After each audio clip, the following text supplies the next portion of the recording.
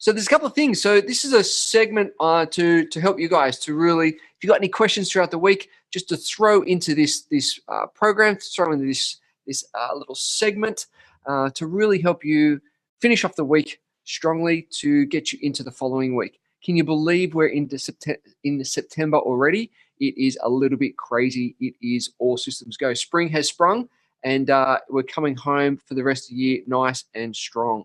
So there's a couple of things I want to be going through today with you. Obviously, you guys have thrown in a couple of questions, which is fantastic. And there's something that I want to go through with you. It's around helping you and your team.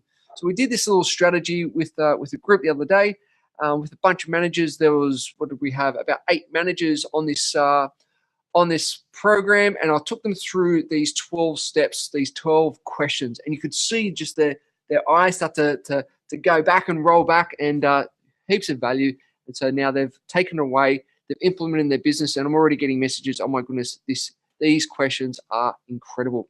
What I also did, it also had some self-reflection for them. So these questions I can actually ask myself to see how I'm going with my own performance. And as business owners, yes, you've got me with the size 9.5 up the backside, but it's always good to have that self-reflection and that self-review. So we're going to go through that, and good to see you, Danny, at your home office. Wonderful, wonderful, wonderful. So hopefully you've got a pen and paper. I'm going to go through, and we're going to go through 2 things. We're going to go through, Danny had sent an amazing question around performance versus setting the benchmark too high. And I'm going to go through some cool strategies for you, Danny, to ensure that you've got some good techniques, some tips to move you forward. So I'm going to go through, I'm going to screen share this. I'm going to take you through a little bit of a journey. Cool. Excellent. So a couple of things. What I've noticed is that, sometimes when we have teams and we set the expectations and we set the intention of what they want to what they need to be doing, what they're supposed to be doing, so it can sometimes fall by the wayside. And then what can happen, the weeks go past, the months go past, and we get frustrated with the teams because they're not performing. But really, we need to have a good hard look at the person in the mirror, or the person who's managing them, to find out, well, what's the real reason? What's happened, and where's the breakdown? And usually there's an element of communication. Now, as you know, communication has 2 factors. It's the internal component, so obviously that little voice, that what we say to ourselves, but also the second component is the external communication. So what do we do? How do we express ourselves? How do we communicate to others around us? The thing around communication is questions, because I think the quality of questions equals quality of life. Woo! Going deep, straight into it. So what kind of questions are you asking yourself? And what kind of questions are you asking your team? I want to find out what's the key questions that you've been asking yourself as of late. What's the internal questions that you keep on asking yourself? Is it that I've got this? Is it I'm not good enough? Is it I'm dominating? Is it I'm in the flow? So what are some of the key questions that you're asking yourself time and time again?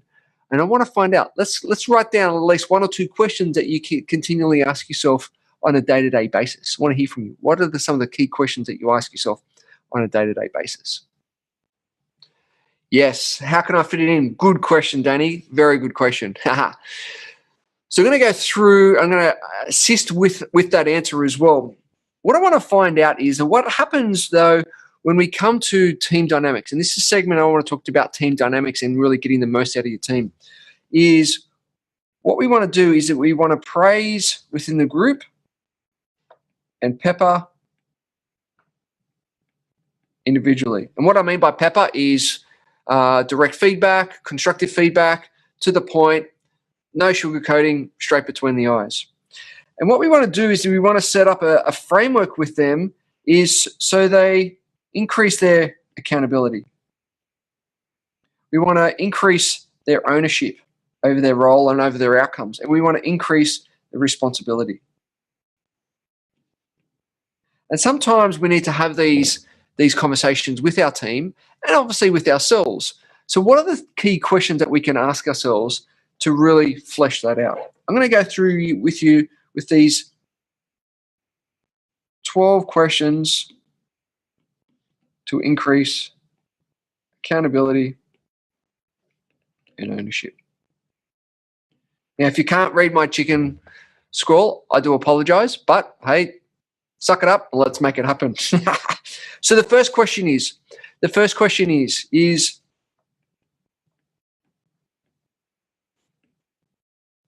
do you know what is required? Do you know what is required? And this is basically a yes or no response. Do you know what is required? And this could be of your role, could be of the task, could be of the outcome, could be whatever the context you've set it in. All right. The second question is, you tell me what is required.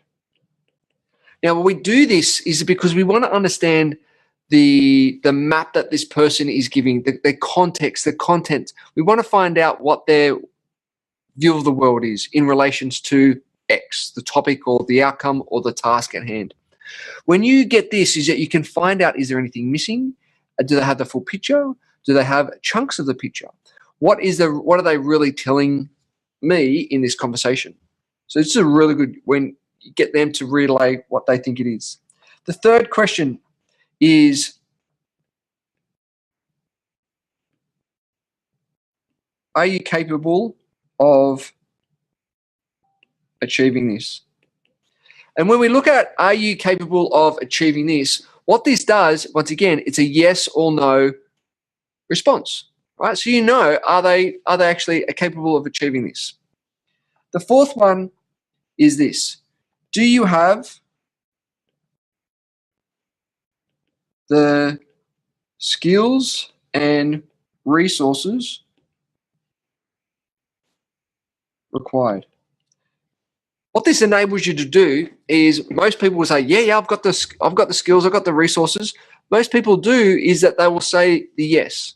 Okay, cool. But what we're doing here is we're setting up a framework. We're setting up the context, like the fruit bowl. We're setting up the fruit bowl to ensure that this is what they've told us, right? We're getting their commitment around this outcome, task, activity, or whatever we want their commitment around.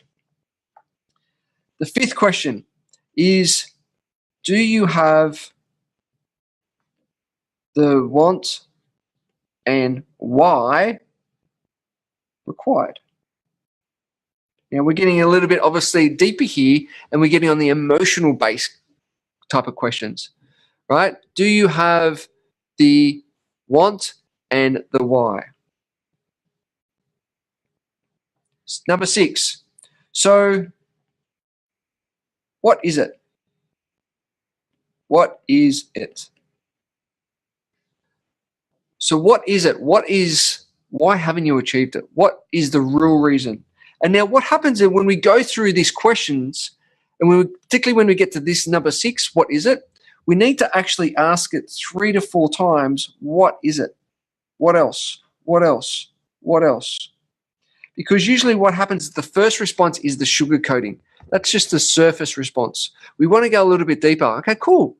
Understand you don't have enough time. What else is it? Oh, this and they said that, and that's okay, cool. What else is it? Great. What else is it? And what will happen 9 out of 10 times, the real reason,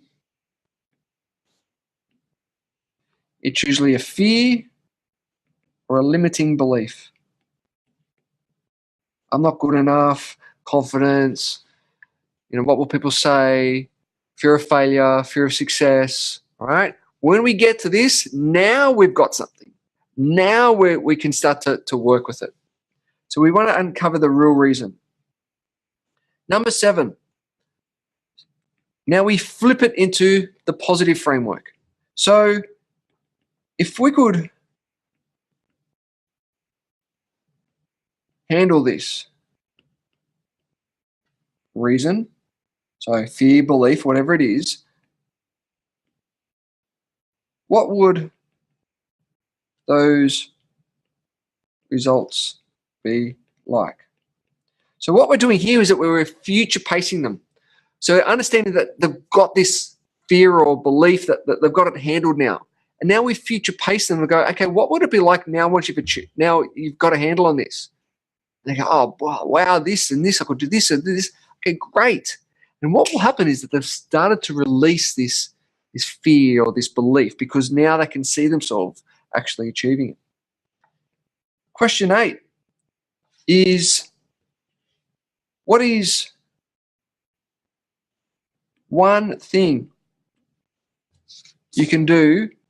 Is one thing you can do to resolve this fear belief? What is one thing that they can do to resolve this fear or belief? Just one thing. Because as we know, once you take action, that's going to lead into the next action, and to the next action, and to the next action. So what we want to do is just to get them to take one bit of action to move them forward, forward, and forward. All right, so we're moving it in the right direction. Question 9. Are you committed in doing this? Are you committed in doing this? Yep, no. Yes or no? That's all we're after. Question 10 is, what's the consequences if you don't? And that the consequences to you, consequences to me as your manager, and consequences to the business. This is a golden question because what's happening is now they're giving you what's going to happen if they don't achieve it.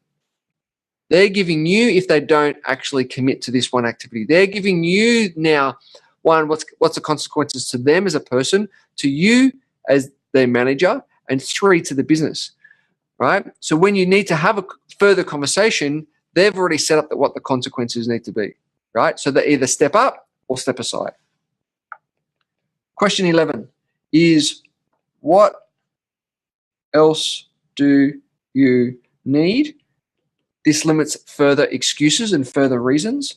And 12 is, when can I check in with you around this? Cool. So there's the 12 questions, right? We've gone through they're the 12 questions. So out of those 12, what are some of the key insights, some of the aha moments? I'm going to go through them again.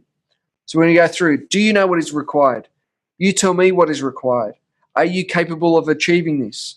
Do you have the skills and resources required? Do you have the want and the why required? So what is it? What else? What else? What else? What else? What's the real reason? And once again, it's usually a fear or a limiting belief. So if we could handle this reason, what would those results be like now? Right? So we're future pacing it. Question 8, what is the one thing that you can do to resolve this fear or belief? Are you committed in doing this? What's the consequences if you don't? To you, to me, to the business. What else do you need right now? And when can I check in with you? Cool. So thoughts, feelings, contributions, comments. Love to hear. What did you take away from those? What's the aha moment when you're going through and you're reading them and you're taking notes? What did you take away from that?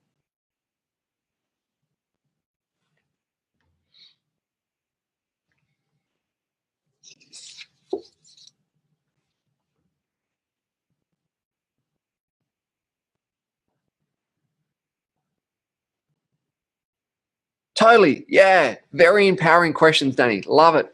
Very, very, very, very empowering questions. Cool. So there's a little strategy. There's a framework that you can use for yourself as a check-in, and also to your team members as well. And now this is then leads into a question that Danny threw up the other day in relations to peak performance. You can actually go through these same 12 questions and review what's really happening if you're not achieving. Now, it's all well and good to get out of your comfort zone, which is really good, and to really continually to challenge yourself. And Danny asked a really good question, is what's the difference between peak performance and setting the benchmark too high? Really, really good question. And so what we wanted to do is to I guess, explore that and find out where is one sitting with that, and how do we give some strategies for Danny and for the rest of you to move you through to actually achieving what you want to achieving in a peak performance state. So let's go through it. So what happens is peak performance is everything that we do. I'll revert. Everything that we do is based on our patterns. All right, we are pattern machines, and so it's looking at what are our recurring patterns that we have going on in ourselves, in our lives. Now, this is also related to peak performance. All right, we get a trainer for our exercise, personal trainer to help us improve our performance on our exercise. We have a business coach to help you improve your performance within your business world. We have could be a life coach to help you in your personal world for your personal performance. And so therefore, by having the coach enables you to look at your benchmarking and how you're actually improving. But it's also identifying what the patterns are and what are the patterns that you're doing on a consistent basis. Now, we want to identify the two types of patterns. We want to identify the positive recurring patterns that help us moving forward, but we also wanted to identify the limiting patterns that are actually holding us back. And so this is where we have the benchmark of your goals. Are you continually setting your goals too high and falling short? Or are you setting them too low and super exceeding them? And so this is where a constant review process needs to happen on a weekly basis. Once again, the 4 debriefing questions. What worked? What are the wins? Right? 2, what didn't work? What are the challenges? 3, key lessons, key learnings, right? And 4, what do we need to be doing different? So we can then actually have an understanding on where our performance and where our benchmarking is.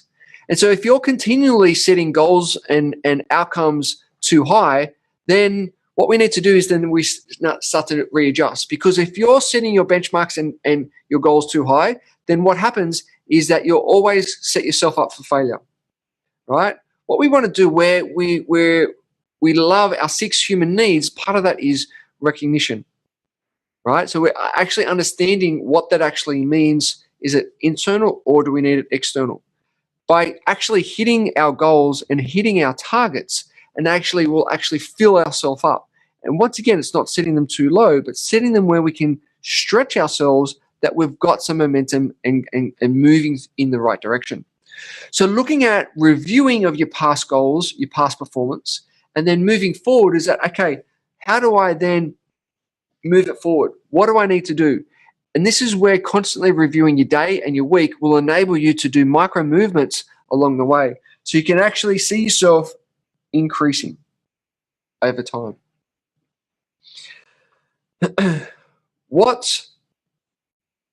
Now this is only on our personal. When it comes to team, once again, we're utilizing what's the team's patterns. How do we actually move them inch by inch rather than mile by mile? And once again, it's a constant review. It's a constant check-in, see how we're going. We cannot set our goals out further unless we know where we've come from, right? Because otherwise we're going to set ourselves up for failure. So looking at this is then this peak performance is, within yourself. It's how do we fit, as you said before, Danny, how do we fit it all in? So looking at your key outcomes, which are directly related to your goals, which is directly related to your 12-month and your 90-day plan, right? So if you look at this, is then what are the key outcomes each week, each month? And when we start to look at, we just did a session this morning with another group about looking at, rather than your to-do list for the week, look at what the outcomes are for the week. And as leaders and business owners, what can happen is that we start to try and fit too much of the tasks and to-do lists. If you can achieve 3 key outcomes each day, that's going to move you closer to your weekly outcome, to your monthly outcome, to your yearly, you're on the right track. But you can't do this unless you review. You can't do this unless you constantly go, okay, how did I perform? Right? And these outcomes every single day, you'll know if you're on the right track by the constant review process. So I'd love to hear, Danny, what are your thoughts? Any others? Thoughts for those who are watching this at a later date? Love to hear, what are your thoughts? Write in the comments below around peak performance or setting the benchmark too high. I'll share a little story with you. I can see it's not about the tasks, it's the mindset that starts. Get that right, review good ritual, and then it's easy to answer that question. Boom! Totally. So I've got a client who's going through some stuff at the moment, right? We all go through stuff and feel stuck, feel overwhelmed, going, I can't see the daylight moving forward. So looking at obviously going through and we identified what is the one outcome? What is the one outcome that you can do just today that move you forward? And so he was running this pattern of he felt like he had to do things all the time. I said, no. I said, just do the one thing. Do the one thing, the outcome, achieve that one outcome that's going to move you forward towards your goals. Just do one outcome and then have the rest of the day off. And what happened was that he goes, okay, cool. But he had this guilt running through that he has to be there and do all the time. I said, no. Just go out and go down the beach or hang out with the family, whatever you want to do. Just do that one outcome. And he did that outcome. Later on that afternoon, he goes, mate, can you believe it? I actually did the 3 outcomes. I said, right. He goes, I've never achieved that much in the last 6 months than I did in a couple of hours. I said, yes. I said, because you didn't stack up the day, which went into overwhelm, which went into frustration. I said, you just achieved 3 things. And now you feel good because you've done it, you've achieved it, and now you can go and hang out down the beach or at home. Yes. I said, outcome focus, release that guilt, achieve the 3 things that you can that's going to move you forward each and every day, to each and every week, to each and every month. Hope that helps. Hope you've taken some good notes. For those watching the recording, love to hear your thoughts. Type in the comments below some of your thoughts and your key takeaways. I want to find out what's the number one thing that you've taken away from our little section, Ask James today. What's the number one thing that you've taken away from this little segment?